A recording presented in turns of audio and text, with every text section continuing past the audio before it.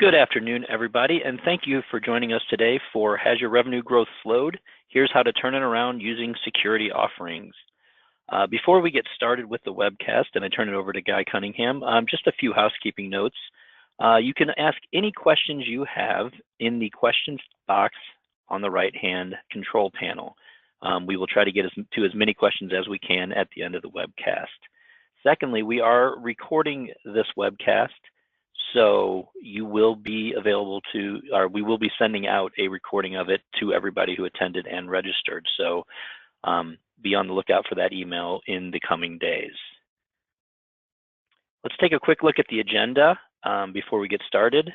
First of all, Guy Cunningham is going to deliver us an introduction to NetSurian. Then we'll turn it over to David Stelzl, the author of The House in the Cloud, and he'll run through some great slides for us there. Then Guy will take it back and talk about NetSurian's cybersecurity approach, and finally we will conclude with a special offer and then some Q&A. Just a quick introduction: Guy Cunningham, the Vice President of Channel Sales and Alliances for NetSurian. He'll be the first voice that you hear. And then David Stelzl, the author of The House in the Cloud, will pick up once Guy is completed. So Guy, I'm going to go ahead and turn this on over to you. Great, thanks, David.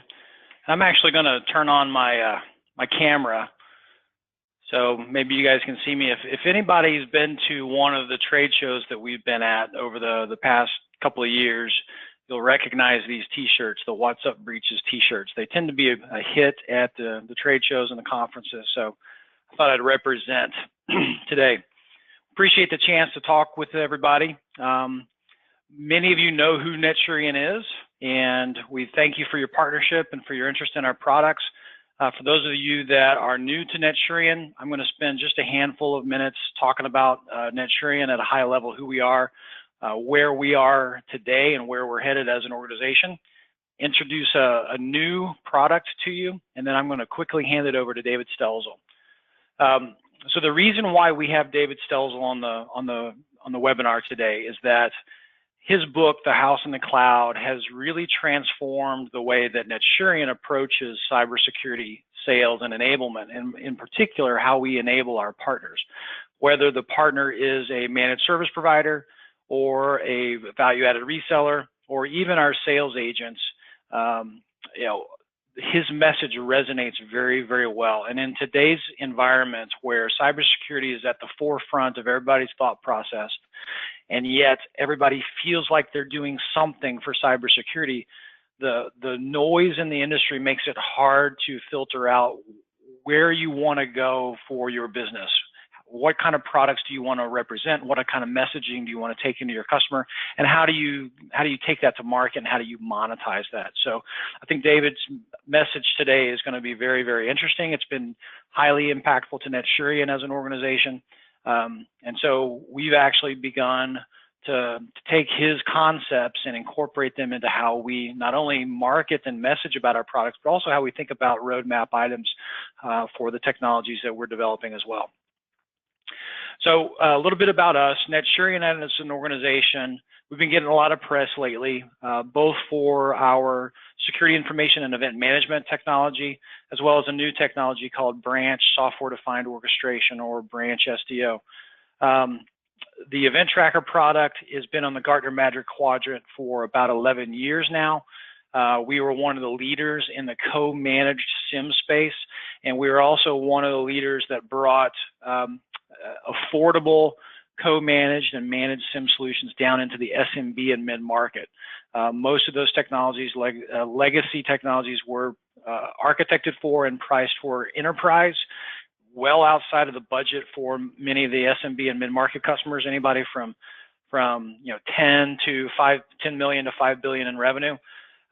So we're seeing a just tremendous amount of growth and uptake from the partner community around that Event Tracker SIM technology. And then our Branch SDO technology, which was launched in the middle of last year, has generated a lot of activity from the press and from the analysts. You're seeing that technology really, more rapidly adopt into the marketplace. So, a couple of customers. So David, I'm going to make sure that I've got control over these slides here, but yeah, it's not working for me. So if you wouldn't mind moving the slide, David. You know, we've been around for a long time under various brands. The NetSurian brand is about 6 years old now.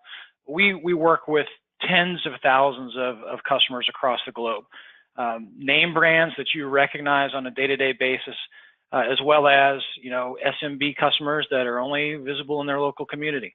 The technology scales both on the security information and event management and the branch SDO. The technology scales very, very well, so it's applicable for a, you know, one location business to a business that has, you know, a couple thousand locations.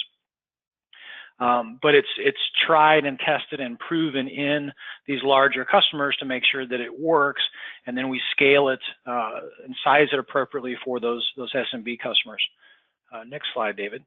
So I've kind of referenced Event Tracker and Branch SDO, but NetSurian as an organization has really organized ourselves around two different product pillars. The first is SD Branch, software-defined branch orchestration from a networking perspective, and then security operations. So under the SD Branch product portfolio, we've got the platform, which is the orchestration layer. We've got a piece of hardware that sits out at the edge and is managed by the orchestration layer. And then we also have the ability to add on some managed services. And so you see on the left-hand side there, we can offer both Branch SDO and Event Tracker in 3 different flavors: managed by the customer, driven by the customer, managed or driven by the partner, or managed and driven by NetSurian. Same technology, same fundamental platform. It's just who is operating it on a day-to-day basis. And the same thing goes for Event Tracker. We have the SIM platform, the Security Information and Event Management Platform, and it can be managed by the customer, it can be managed by our partners, or it can be managed by us. It really depends upon what the requirements of the opportunity are. So a little bit more detail about each of those. Next slide, David. The Branch SDO solution is a software-defined networking solution built for SMB or branch types of customers. And it's comprised of, starting from the bottom, what we call our CXD, which is the piece of hardware. It is an edge routing device that includes firewall capabilities. It includes integrated Wi-Fi. It includes integrated 4G LTE failover capabilities. And it's all managed through a cloud orchestrator, which communicates with the device and offers some additional daisy chain or service chaining opportunities through the Branch SDO services gateway.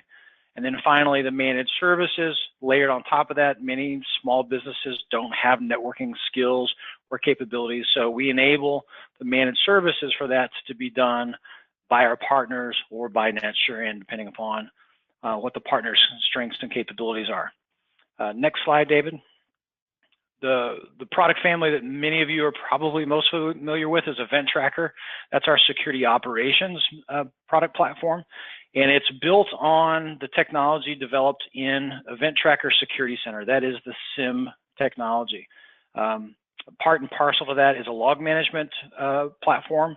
The log management capabilities feeds the SIM, and then we can layer on our SOC services, our Security Operations Center services.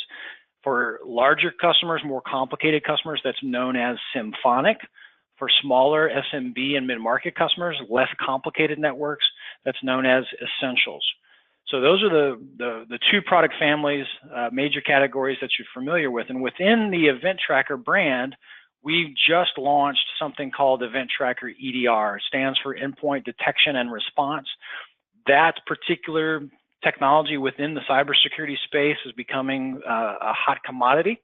And what we've done is we've leveraged the base Event Tracker technology, created this EDR capability, and what we're finding is that it's really, really targeted towards that endpoint, the endpoint detection and response. As you know, servers that are in the data center, the firewalls are all managed by security certified IT staff. The endpoint is typically in the hands of a user who doesn't really understand cybersecurity, doesn't really understand technology, and is highly susceptible to phishing, social engineering attacks, or just visiting the wrong website and getting a drive-by infection. So this EDR technology is geared towards that unmanaged endpoint, and we have the managed services, the SOC services that blend on top of that. And we feel like when you combine SIEM and you combine EDR into one security orchestration platform, it's like a Reese's cup. It's better together.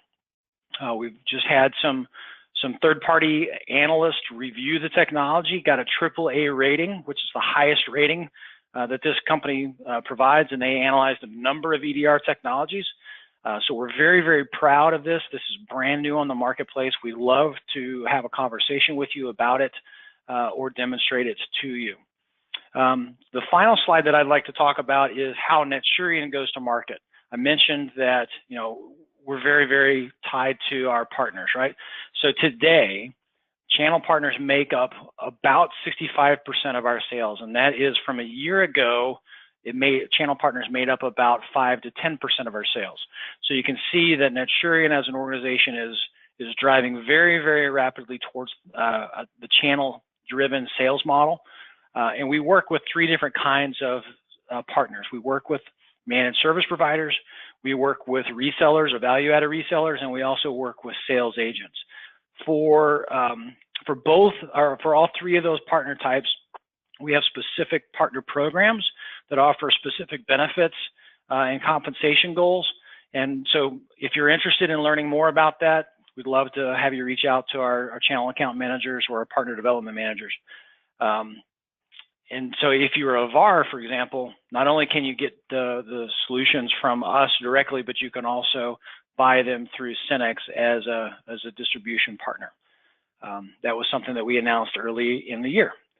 So with that said, a little bit about NetSurian, a little bit about our product families, and about our channel focus and our channel programs. I'm going to turn it over to David to give him the meat of the conversation today, to talk about how cybersecurity can really be repositioned to be a major driver of your revenue moving forward. So appreciate it, David Stelzl. Take it away. Okay, thank you, Guy. And let me see if I can get myself online here. Okay, so hopefully you can see me. And really, we want to just turn the corner a little bit here. So you got great technology, but one of the big problems out there is, how do I get business with it, right? How do I get people out there to actually want more things? Another product, right? Another expense, another budget item. And so really what this section is about, we got about 30 minutes together, so I'm going to really have to move through this kind of quickly. But I want to show you a key concept here that helps you get leads and get them into your sales pipeline and close, okay? I want to help you do that one very thing.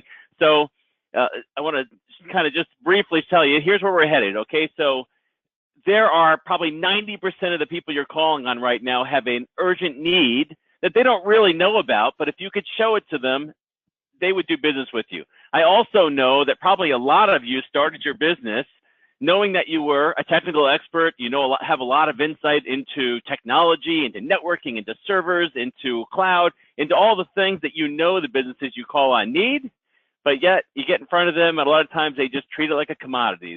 It's all about price to them, and they're not listening. I don't know how many people I've spoken to are frustrated that I've got insight, I've got ideas, I can be an advisor to this person, but they just don't get it. So how do we show them, right? That's where we're headed today. If you are in the MSP business, you're trying to grow your business is flat or not growing as fast as you want it to be, this is for you here today. If you're an expert in IT and you think people aren't really listening to you, this is for you today. If you're just trying to multiply your business so that someday you can actually afford to retire, that's what this is for today. That's where we're headed. We want to stay out of the commodity business. So let me see how I can just change my slides here. Why? Oh, here we go. Sorry, it's a little delayed. That's what it is. Okay, so here's the key, right? We all know monthly recurring revenue is critical to the business. If you have been following the industry, have been in this industry any length of time, 2003 was kind of the turning point of moving away from up and down project work and having a lot of bench time to deal with and moving to recurring revenue type contracts. That's what we want to grow. And if we look at how the business is built, that's what brings stability. That's what helps me build margin. That's what helps me create the resilience I want in my business, depending on where the economy is, that I can still grow. But even more importantly than that, it's the place where I really want my expertise to shine as I build my business. However, working on all that stuff, all that managed service stuff, while needed and important, it is a commodity, a total commodity. And so as we try to get into new customers, I find that really nobody cares about your company, your certifications, or your managed services. They're focused on their business, their customer issues, their people, their hiring, and all that sort of stuff. Everybody already has a network. Everybody's got servers. Everybody's in the cloud. And they're saying, I got it covered. I don't really need anything else, or I don't want to spend any more money. But yet there's something out there that really does matter, and that is security. So if you look at business today, everything is moving digital. We kind of all get that. We're all living in our smartphones and living in our laptops and living in the cloud. That's just where everything is. How do we apply that to business? Here's the key thing, okay? So write this down. I hope you have your pen here with you and a piece of paper.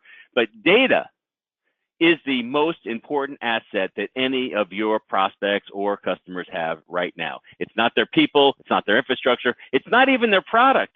It's their data. Because everything they plan to do, all their strategy, all their finances, all their customer data, everything about them is all in digital form somewhere. And it needs to be secure, and they really don't know if it is or not.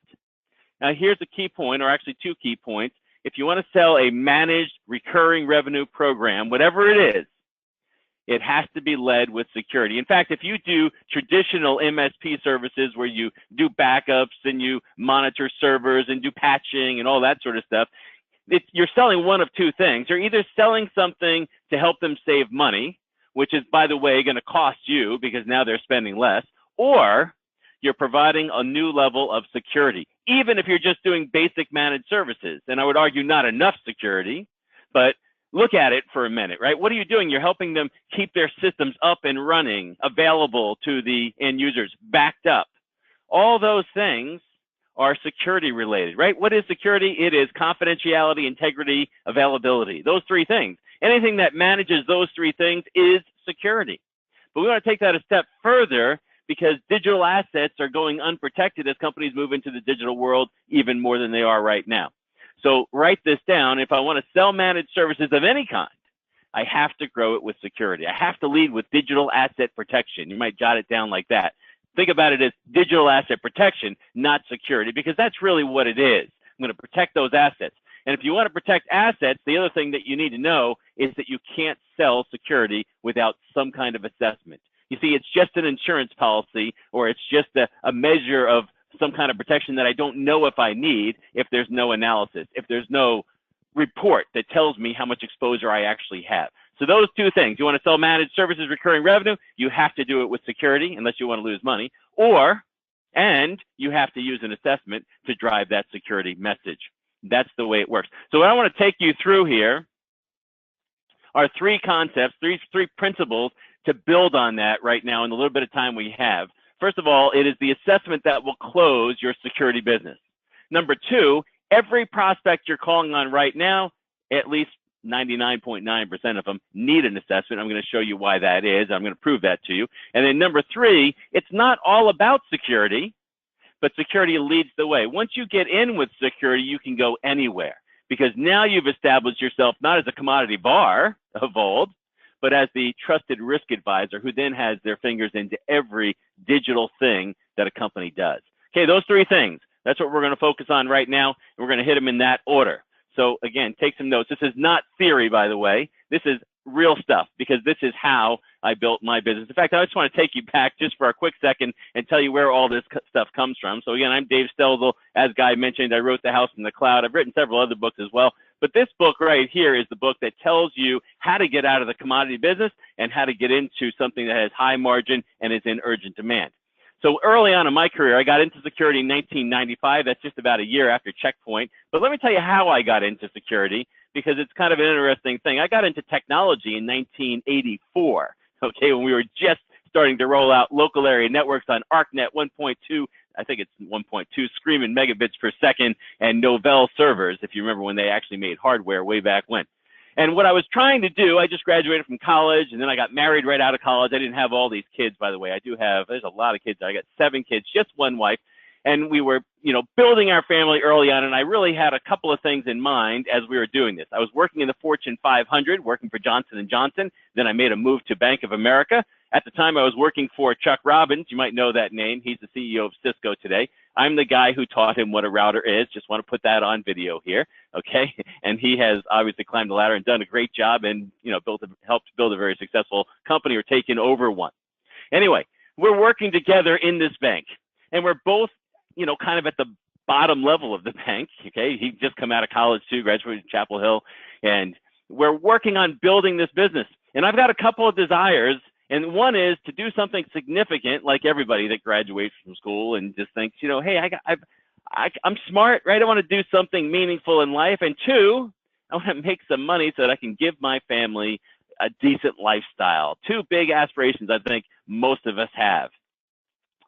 Well, we're working together, and Chuck was not the manager that hated me. But I went into Chuck's office one day and I said, Chuck, we've been doing some of the most advanced technology out there, trying to automate lending systems and rolling out wide area networks across the U.S.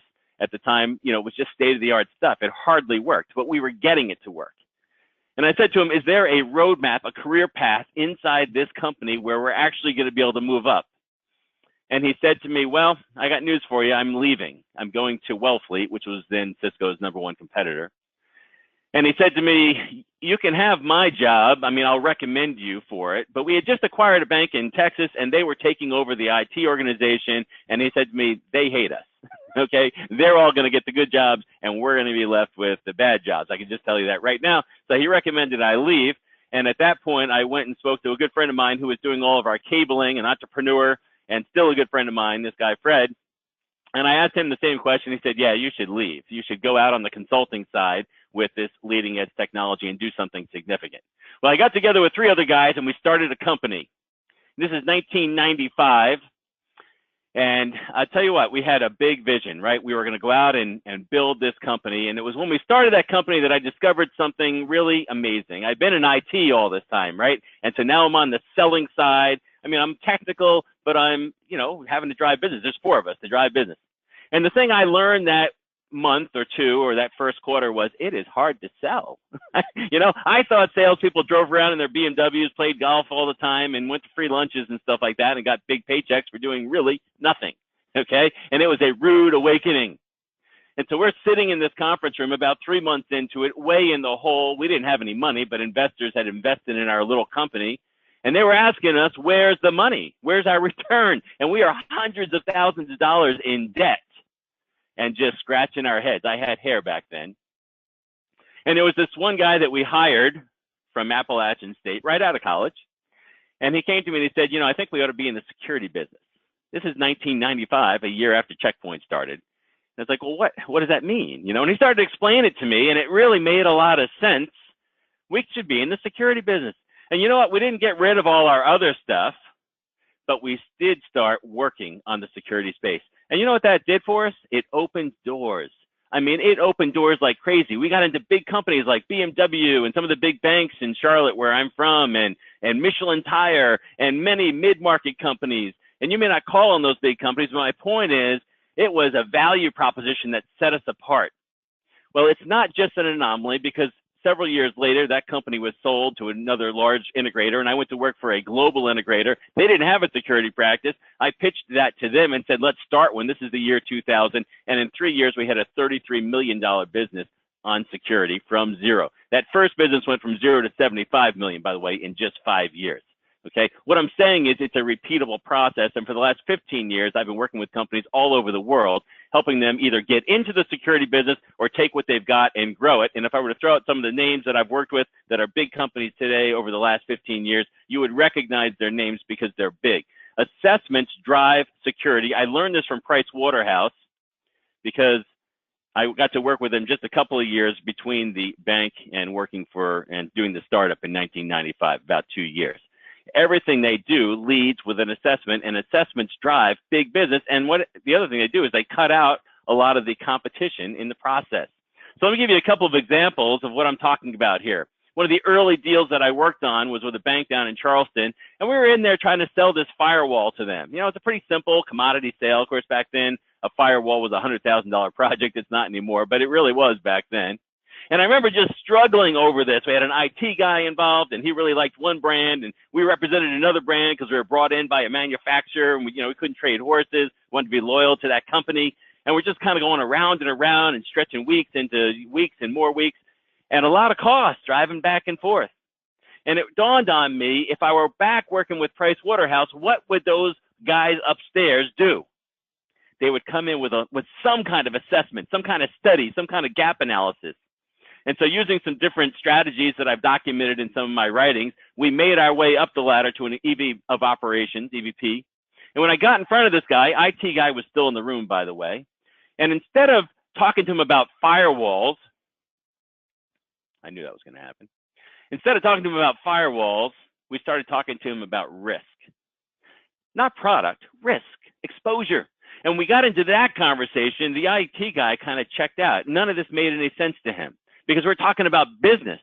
But as we talked about risk, we got his interest, the EVP's interest. And here's what we did. This is called the conversion blueprint. I use this in a lot of my training programs to show how do we measure conversion and how do we accelerate conversion all the way from marketing to sales meetings into projects and into annuity services. So each one of these arrows represents a point of conversion. And you see the middle box is blocked out because most sales goes like this. I get into the sales meeting, which is my education box, and I'm trying to convert to something. Ask any sales guy going into any sales meeting, and 90% of the time he's going to say, well, I'm there to collect more information and see if they have needs, like an introductory meeting, or I'm trying to sell them XYZ product. And that turns into a 3, 6, 9-month sales cycle. And eventually they're shopping you and you're losing margin and they don't really care about your expertise. They're just looking at the dollars. But that middle piece, when I start to insert that piece in, the assessment process, it changes the game. And so with this guy, this is the approach that we took. Here's what we showed him. Forget about all the assessments you've seen out there. This is a different kind of assessment. This assessment measures risk. And by the way, if you want to get a copy of this risk assessment, at the bottom of this slide, you can see my website, stelzl.us. If you go to that website and just scroll down a little bit, there are 3 boxes, and the middle one is a free copy of my security assessment, okay? Feel free to download it. There is no obligation, okay? So that particular assessment is the key right there. I think that URL right there doesn't actually work because we changed it. But anyway, go to that box on my website, stelzl.us. There it is. When we showed him what this means, okay, what does this mean? It means instead of looking at all the vulnerabilities and all that stuff that are important to the security guy, I'm talking to a business guy now. And what he wants to know is, what's the impact if this goes down or I can't get to that or this happens? And then more importantly, what's the likelihood? No different than if you were to go to a doctor today and have an annual physical. And of course, when you get to an annual physical, if you have any symptoms at all, like shortness of breath, or you've had some issues with, pressure on your chest, or any of those kinds of things over the last several months, you're wondering, what would happen if I had a heart attack? Or what would happen if I were diagnosed with cancer? What would the impact be to my life, my family, my kids, my job, all the things that I do? And then the big question to the doctor is this: well, what's the likelihood, right? Am I good? Or is there some likelihood that there's something bad? And that piece of information right there drives action. If that doctor comes back and says, this blood work doesn't look quite right, what are you going to do? You're going to dive into something more meaningful, a bone marrow test, a biopsy, something that costs money, something that takes time, and likely something that's somewhat painful to find out what's my likelihood. And when I put this thing in front of that executive, he said, I want to know that. What is the likelihood that my company will be in trouble in the next several months? I would have done that assessment for free because I knew it was going to lead to big business, but he was willing to pay $35,000 for it. And by the way, this picture of this building looks big. That's because they've grown since I was there. It was a much smaller company at the time, but yet they were willing to spend quite a bit of money to find out the answer to this one question. The more important thing is the next day on the phone, I'm talking to him about what he needs to accomplish, and I upsold this thing to $65,000. And when I delivered the results, they had some really big holes, which they wanted to take action on immediately because they're a bank. And that led to about $500,000 in services, product sales, and eventually other stuff, like an IP telephony deal. And we signed a 3-month recurring revenue contract. Now, big warning. assessments don't convert unless they are done correctly. In other words, they have to measure impact likelihood, they have to show exposure, and they have to speak to executives. If they don't work. So I want you to download my template. Here's the thing. If you go to any company and you say, do you do security assessments? You're going to find out that they do, if they do any kind of security. And then you're going to ask them what their conversion rate is, and they're going to scratch their head, and they're not going to be sure. But if you did some studies, some analysis, I bet most of them would be at the 15% level. And I know that because I ask the question all the time, and I work with thousands of technology providers around the world on this stuff. Okay? Here's what I'm saying. I want to get in there and I want to be engaged with what I call asset owners, people who have liability, people who care about data. I want to understand what their users are doing, how they create and use data, delete it, store it, whatever they do with it. And only at that point do I start looking at the technology. The number one mistake question people always ask me is, what do you use for scanning? It doesn't really matter. What does matter is what's important to them and how likely it is to have a problem, and a scanner will never tell you that. By the way, if you put some kind of detection technology on it, we'll get into that more later, and Guy's going to talk a little bit about his product set at the end. These kinds of tools do tell us that kind of stuff, and that's what we want to know. But this thing right here should be on the front page of your assessment deliverable. The graph, the critical assets, and right behind it, you'll see on my template are a list, and not a long list, just a short list of the most important issues, the 3 to 5 major issues that company executives need to deal with. And right out of the Wall Street Journal, that's what they want to know. What's my exposure? The number one issue among all CISOs right now is that question. And if you're talking to a small business owner, they want to know too. They just don't know how to ask the question. And so that's up to you to show them that. Okay, secret number 2. So number 1, you've got to lead with an assessment. You show them risk leads to action. Okay, number 2, everybody needs one of these. Now I know this because I get in front of audiences all the time and I get them to convert. And I want to show you how I get them to convert. So every day there's news, right? Every day somebody's been hacked into. There's a ransomware attack. There's a crypto mining attack. There's some kind of ID theft attack. There's something happening in the news. But you and I know that you can tell those stories all day long, and your prospect will never pull out their checkbook and write you a check because they think they've got it covered. Okay, they're always going to think that. So we need something a little bit different. Okay, we can't be in there talking about firewalls, antivirus, products, and all that kind of stuff. That message dies, and I want to show you why. I'm a big student of brain science. I've been studying brain science for a couple of years now, and it's fascinating to see how the brain actually operates. But here's what happens. There are 2 sides to the brain. You know that. There's a right and a left. And most of the time when someone says that, we think, well, that person's right brain, they're kind of artsy. And that person's left brain, they're kind of analytical. Well, that's true, but we all have 2 brains, 2 sides, okay? And when you get in there and you start talking about intellectual, logical kinds of things, you're speaking to the left brain in that person. However, whether you see them as a logical, analytical person or not, everybody, according to the neurologists that I follow, makes their decisions with their right brain. Write that down somewhere, because everyone who's failing at closing people fast is failing to understand how we make decisions. In fact, if you've ever had a conversation that was just so logical with your spouse or your teenage child or whoever it was, and you just can't get them to see the obvious, it's because you're speaking to their left brain and their belief center sits in their right brain. So here's what happens, okay? There are 4 stages on the right-hand side and there's 1 on the left. This is how your brain operates. Okay, 1 and 2 levels are subconscious. This is where things exist like, who am I and what is it like me to do? That's my number 1 subconscious thing. All day long, my brain at level 1 is telling me who I am and what it's like me to do in any given circumstance. Number 2 is looking for the things that create joy and create fear and telling my body what to do about it. And then we go up from there. So when I walk in the door and I start talking about product, where does it go? It goes to 4+ on the left side, and the brain checks out. Guy pulls out his iPhone, not Guy, but the guy, and starts doing his email. However, when I walk in with an emotionally charged message around fear, and I'm not talking about the old FUD where I'm making stuff up. I'm talking about real security issues that I believe are real. I'm going to hit him at level 1. What's it like me to respond? Number 2, I've got a fear issue. I'm either going to fight or flee or do something.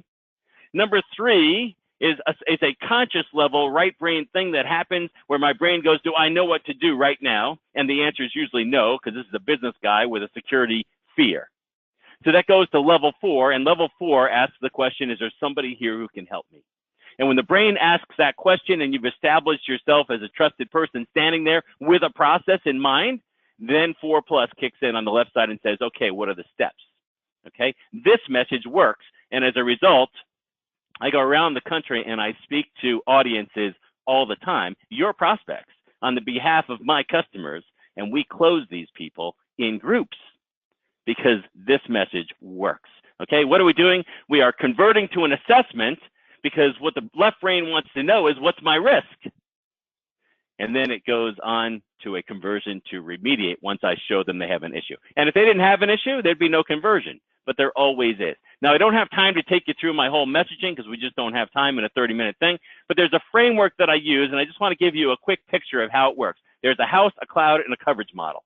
And I use this to get my buyer or my prospect to visualize their home and how they secure their home. Okay, so think about your own home for just a quick second, and usually I'll take about 15 minutes to go through this with someone, but this is where conversion happens, and believe it or not, it only takes 15 minutes.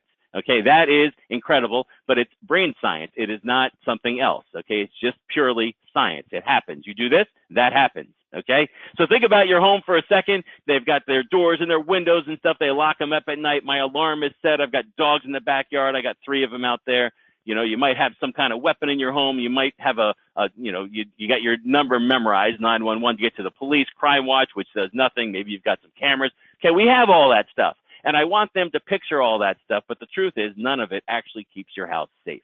What does? It is the framework, the system in place that protects us. It takes these pieces and it puts them into a system from left to right that's timed and sequenced, a protection, a detection, a response. Now, if I go out to Gartner Group, they're going to tell me that 90% of the security investment is in column 1. But in fact, column 2 is the most important column. And by the way, that's why we're working on this webinar here together, because NetSurian has a detection type technology, right? But few people understand it, which is why it's important to have the expert analyzing the data so that there can be a response. And who's going to respond? Does the end user have that capability? Rarely, right? And so they're missing the 2 big elements. Protection is merely a tripwire. It's the firewall, it's the password, it's the encryption, but it does not keep hackers out. And that's why every day we have all these statistics that tell us that people are getting hacked into, and there's no way to detect them. It takes like 200 years. Now, I said the brain is going to go to level 4 and say, is there somebody here with an answer? And that's when I need to pull out my coverage model, which says, here's what your architecture should look like. Protection, detection, response. Focus on detection, timed response across people, technology, physical. And when I put all that together, I get an awesome security architecture. It's not 100%, but I've just taken my risk down to an acceptable level, and now I'm going to maintain it forever in a managed service program. And that's what managed service is all about, and that's what creates long-term contractual agreements. Nobody's going to leave you if you're showing them every month that you are defending them.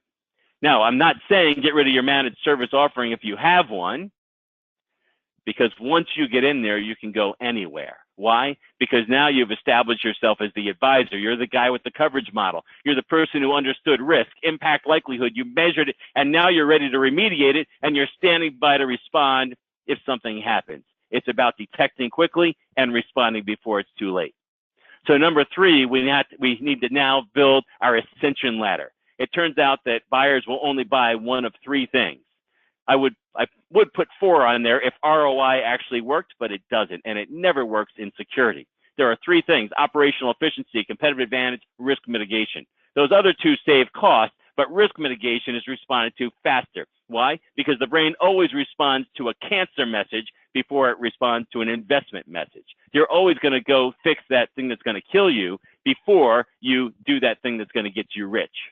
As long as you can convince your owner or your prospect that it's urgent. And it is urgent. And the assessment will tell us that. Okay, there they are, the 4 things. And the assessment is what brings it out. Now, here's a quick example. Here's a company who was in the telephony business, okay? It's a commodity business. It truly is. Successful company, calling on the mid-market. They got involved with a training program that I put together, and they said, we want to learn how to do this. So they went through an online program that I offer called the Security Sales Mastery Program, sent their sales guys through it, And as they were going through it, they said, you know what, we want to do one of those live events you always talk about. Now, this is not about live events. You could do this one-on-one. You can do it on a webinar. You can do it in a live event. You can do it in all kinds of formats. It's just about getting in front of people and showing them the message. But these guys wanted to do a live event and have me come out there. And I want to tell you, over the last 18 months, I have converted 99.7% of the people that I've spoken to. I'm talking about cold prospects that came to a lunch and learn meeting, which is the only place I get to present this stuff. Okay, so I went out to Kansas City and I met with their sales team. They had gone through my training, reminded them of the key concepts. I'm going to speak in the morning at a breakfast meeting, so it's a lunch and learn, but it's breakfast. And I said, tomorrow we are going to convert 100% of your prospects to a security assessment. Are you guys ready for that?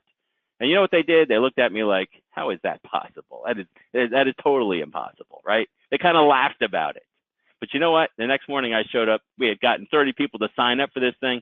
29 showed up. I know that's a high rate of show up, isn't it? Well, we have some strategies we use to get people there, and we got them there. 29 people. The other guy called to cancel, by the way. He didn't just not show. And what did we do? We converted 100% of them. And it was a team effort. It wasn't all about me. It was a message that converts with science, working hand in hand with the sales reps who had learned my stuff. We're sitting at the tables and we're scripted out in a script that I give them to simply convert those people right into an assessment, impact likelihood, and we're converting 50 to 60% of those into long-term managed service contracts. Okay, it's a really simple process of conversion and ascension. Okay, and once I get them in, I have the opportunity to get access to everybody. I have access to buyers. I shorten my sales cycle because it's urgent. I'm unique because I'm doing exposure, not firewalls. I'm maintaining margin because they can't shop it. Nobody out there is doing this stuff, and I can tell you they're not. And then I'm ascending into other lines of business because all their technology is using data. Okay, now we just have a couple of minutes. I just want to quickly show you the program that they went through. I won't spend a lot of time on this, but let me ask you a question. Is this the kind of business you want? One where you are looked at as an advisor, you're not competing on margin, you're not struggling to get people to listen to your message, and it's fairly easy to convert people to some kind of analysis that puts you in the driver's seat, right? I think that's where all of us want to be as we get into the technology business, and it's not that difficult. So the Security Sales Mastery Program, I used to travel all over the world, literally. I mean, I spent like a ton of time in Australia and New Zealand and Africa and all kinds of places doing this stuff live. And then it dawned on me, it is really hard to just get into a different sales process when you go to a 1-day or a 2-day or even a 3-day class. So I put it all online into these modules, 6 easy modules. And when you go through the modules, what you're doing is you're learning about how to leverage the power of security to beat commoditization in the economy. You're learning about the science of the messaging so that you can apply it to any message, but I give you my message. You can just memorize it and use it. In fact, there's a guy I just was talking to who hit 400% of his quota 6 months after he took this class. 400% in half a year, okay? And was number 1 out of 114 reps in his company. By the way, he came out of the food services, and so he's not technical, okay? Very simple. It's the exact approach that I used to build a $75 million business, and then later went on to build a $33 million security business in a larger company. And here's how it works. You go through this program, but I don't want you to fail, so I walk with you side by side. I meet with the people going through this program every single Monday personally, online, in a Zoom call that's interactive with voice, so you can talk to each other, you can see each other, and you can ask whatever questions you want as you're trying to put together proposals, trying to go through the assessment process, trying to get more leads, working on your marketing stuff, working on your value proposition. Whatever you're working on, it doesn't matter, because I know you need leads, I know you need to convert them, and I know you need to drive them into annuity business. And that's what I do. I am a CISSP. I understand the security business. I know there's lots of marketers out there talking about security, but they don't know security, okay? But I do, because I sat through the class and took the 8-hour test and worked in the industry. All right, so here's what you get when you sign up for this program, Security Sales Mastery Program, all the online stuff. I also include some tools, the assessment documents, the templates I use for proposals, outlines to my presentation, even live versions of my presentation that are recorded so you can see exactly how I do it, all kinds of tools that help you do that, even guides on how to get into LinkedIn and Facebook and other social media platforms and apply this message to bring in new leads. Just a bunch of stuff to help you bring it all into that conversion blueprint. I meet with you weekly, and I give you access to my private forum for life, even when the training is over. Okay, that's how it works. Okay, if you were on my site, you could buy all this stuff. It costs you about almost $4,000 to do it. The cool thing is that NetSurian has partnered with me and has sponsored this for you so that you can get it for $347 and not have to pay for it all. Okay, so they've offset the price. They're paying for the portion that you don't have to. It's really easy to sign up. You can do one of two ways. If you've got a team, you can email us at training@stelzl.us. If you just go to my site, stelzl.us, and go to the sales development / security, sales security page, you'll see a description. You'll see all the modules laid out. You'll see a button there, and you'll see a $997 price tag, and it won't come with all the other stuff I mentioned unless you enter in the code NetSurian. Okay, lowercase, one word. If you enter that in, you're good across the board, and you'll immediately get access to it, access to our training concierge, who will make sure you have access to everything, and I will see you on Monday. Okay, so there it is, and that's how the program works. So I am done. I'm going to turn it back over to Guy. I know that was quick. If you have questions, we're going to have a Q&A time here in just a moment. So Guy, let me turn it back over to you. Great, David. Thank you very much, sir. We're excited for all the attendees today to get into your program, learn what we've learned, and help them grow their security business. So what I'd like to do for the next couple of minutes is give the attendees here a little bit of an insight in how we've applied your house analogy, how you protect your house to our business and our products, and we overlay what we do onto that concept so that our partners are able to message this very easily in a short amount of time, like you said, 10 to 15 minutes, and it really helps the customer, the end user customer, recognize where their gaps are and what the partner can do. So David Ellington, if you wouldn't mind moving the slides for me. So I want to start by going back to the fact that Event Tracker was one of the first companies that provided a co-managed SIEM solution using our own technology. So there have been companies out there that provide a managed SIEM, that do managed services around security technologies, but as a manufacturer of the technology, the developer of the technology, we were one of the first about 4 to 5 years ago to start offering our own SOC, managing our own software on behalf of our partners and our customers. Gartner has recently, within the last 18 to 24 months, recognized that co-managed solutions are on the rise, and that's a SIEM technology delivered as a service really offers partners and customers the ability to simplify and reduce the time to implement, the time to get value out of the solution. So David, next slide, please. And then you can just jump right in to the next slide. So what we're going to show here in about 5 minutes is how you as a partner can show your customer how to protect their business the same way that they would want to protect their home using Event Tracker and NetSurian technologies.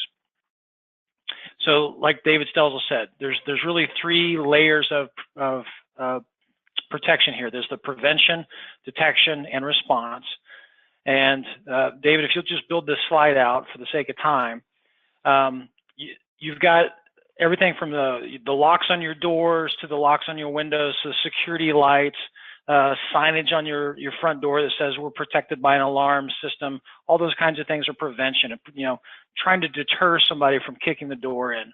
But at the end of the day, if they want to kick the door in or they want to break a window, they're still going to be able to do that. They can get into the house if they want to, even if you put prevention measures in place. So what you need next is you need the ability to detect when that happens. And that's your motion sensors, your sensors on your doors and your windows, video cameras. In case of a fire, you've got your smoke and your carbon monoxide detectors.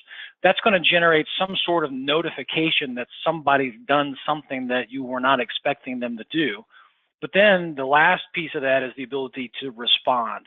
So how does your customer respond? Even if they notice that 9 months down the road that they've been breached, they still need to respond. So with your house, you've got the alarm going off, you've got the system calling the fire department or the police department. If you're home, you're going to respond with a baseball bat or something else, right? So you need all 3 of these layers in order to effectively protect your home. So how do you protect your business? How do you help your customers protect their business? So there you go, David. Yeah, go ahead and build that out. So today, customers are principally relying upon the firewall at the perimeter of their network, and they're relying upon antivirus at the endpoint, and they're relying upon cybersecurity awareness training to teach their end users how to minimize the number of infections. And then if you're an MSP or you're an IT department, you're going to be patching the systems. And it's been documented that anywhere between 80 and 90% of breaches could be avoided if patching was done the way that it was supposed to be done. But there's patch fatigue. There's so many applications that need to be patched on such a frequency basis that a lot of organizations spread that out. They'll do it once a month, or they'll do it once a quarter. And so those are big gaps in time when known vulnerabilities are left unprotected. So you need something to be able to recognize whenever those known vulnerabilities are taken advantage of. So if you look at the detection capability, so you start talking about monitoring logs. You're talking about implementing a SIM technology or an intrusion detection system, subscribing to threat intelligence to give you visibility into the known bad actors out there. And then when something is identified, you've got a SOC. You've got people watching eyes on glass. You've got some level of automated threat remediation. And then going further down the chain, looking backwards, doing some forensic investigation. You have to be able to go in and look at all the data that you've gathered and collected so that you can determine what happened and fix something so it doesn't happen again, right? So where does Event Tracker, where does Netshurian play in?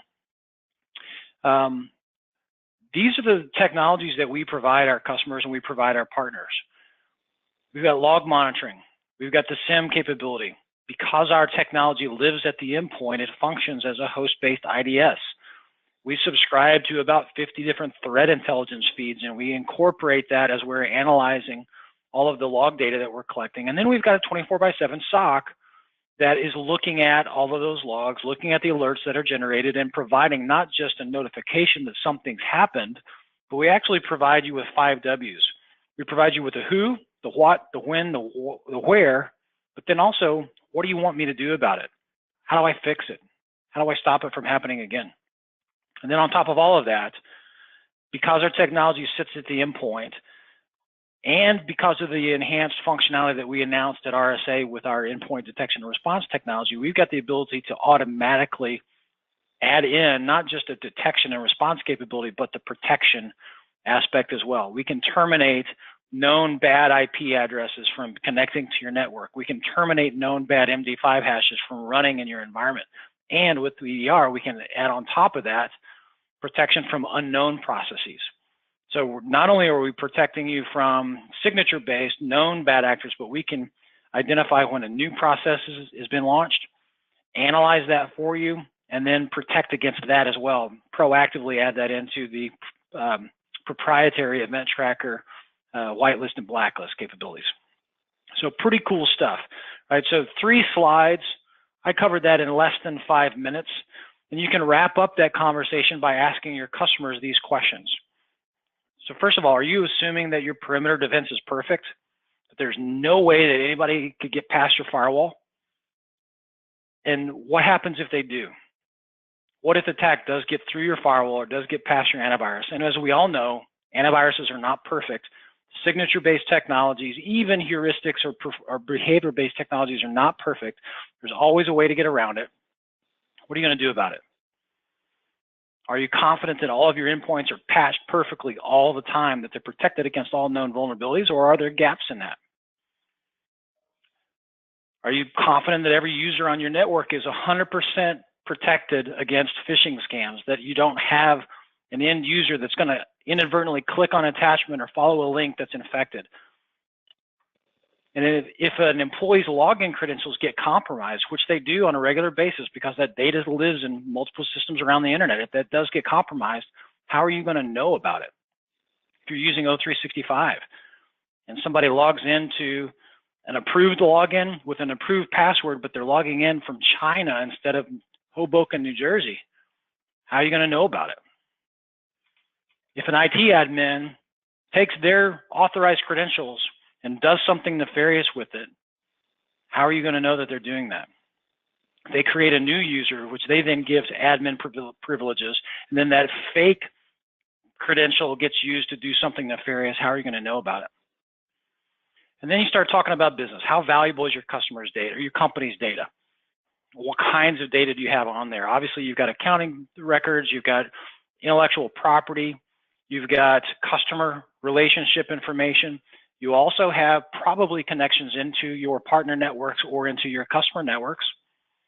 In fact, there's a Chinese hacker group right now that's targeting managed service providers as their goal, because they know that if they can crack the MSP, they can get access into all of that end user customer network as well. Hundreds of customers from one breach.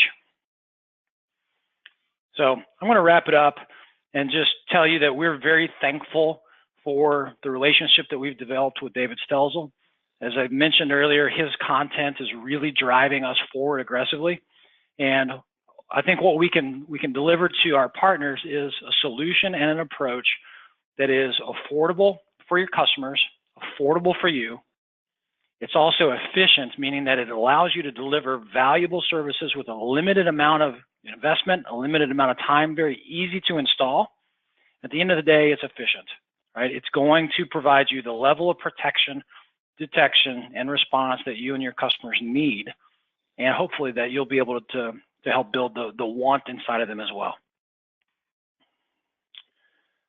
Next slide, David. Right.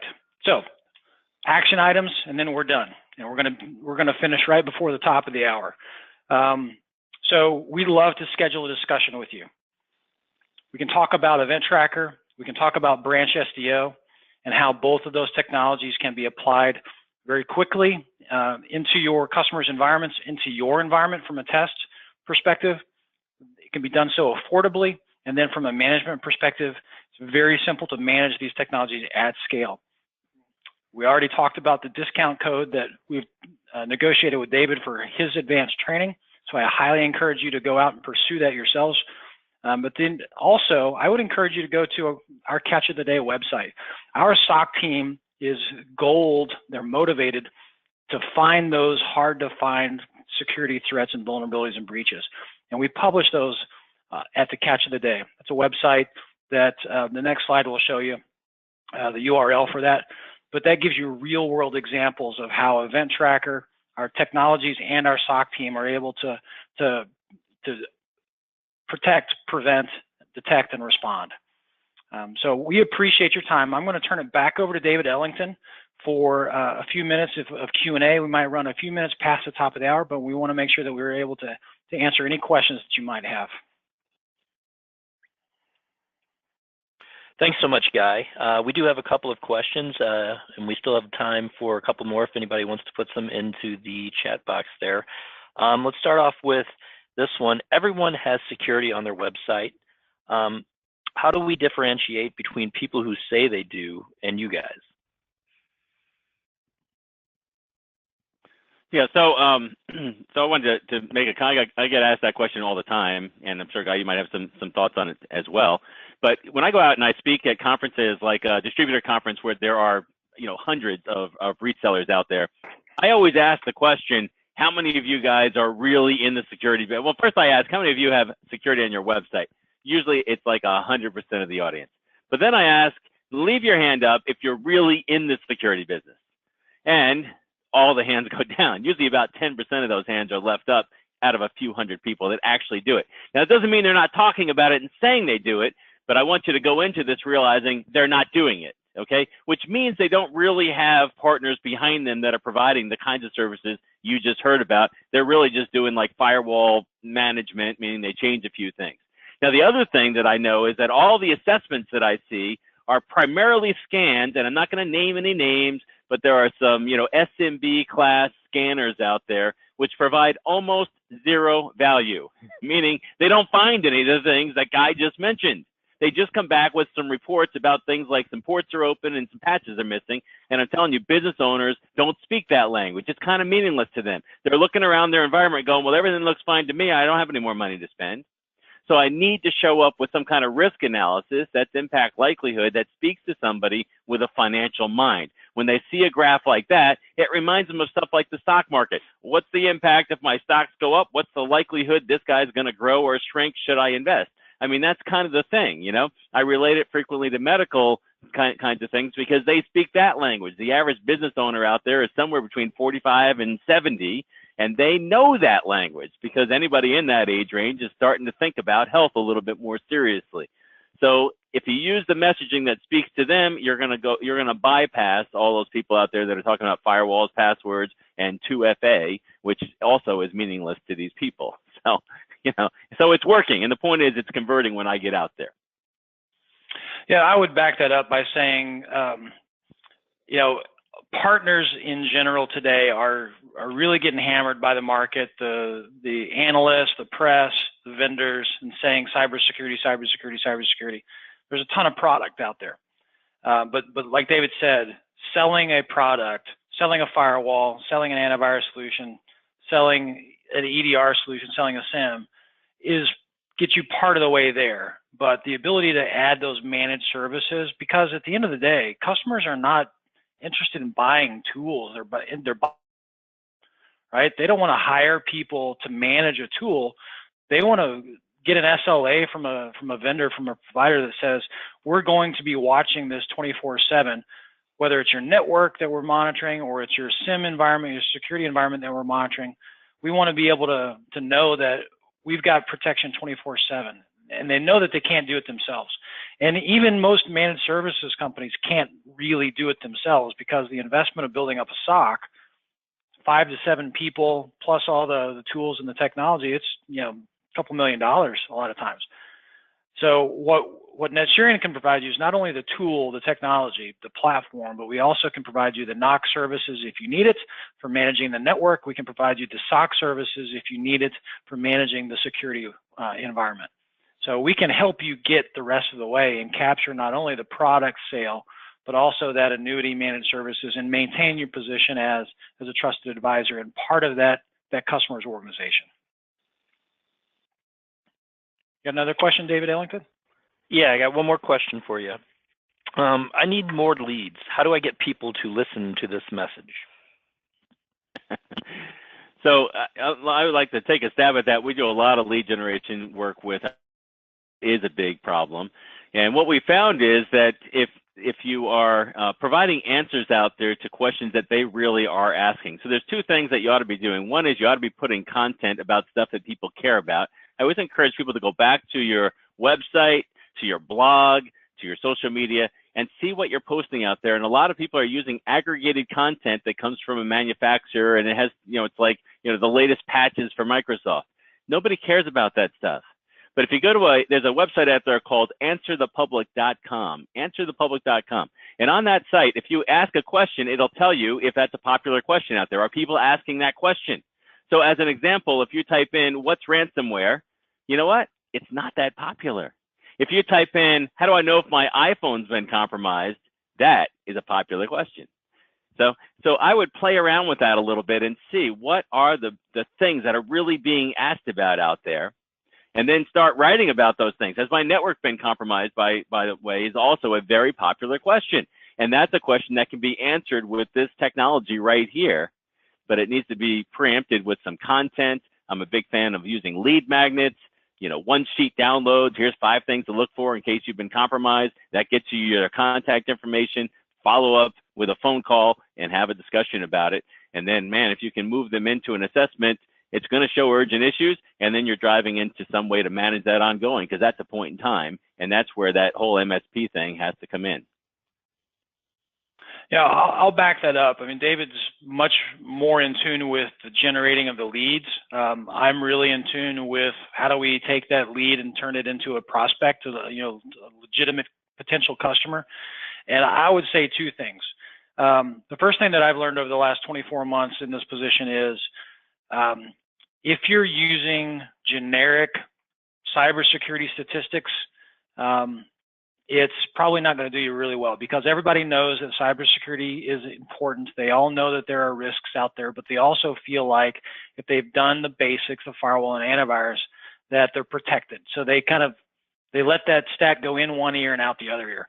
I would really find some statistics that apply to the customers that you're trying to target. If you're talking to SMB customers, find statistics that apply to SMB customers, and then further show them statistics that show even if you've got a firewall and even if you've got an antivirus, you're still at risk. Like the patching statistic, 80 to 90% of cyber breaches occurred with known vulnerabilities that if they had been patched correctly, they would have been blocked. That kind of statistic is really important. And the second thing that I would say is inside the house in the cloud, the book, David talks about an advisory positioning statement. I would really work on developing your advisory positioning statement. So when you're in a quick conversation with somebody, you can rapidly tell them what you do as an organization in words that resonate with them.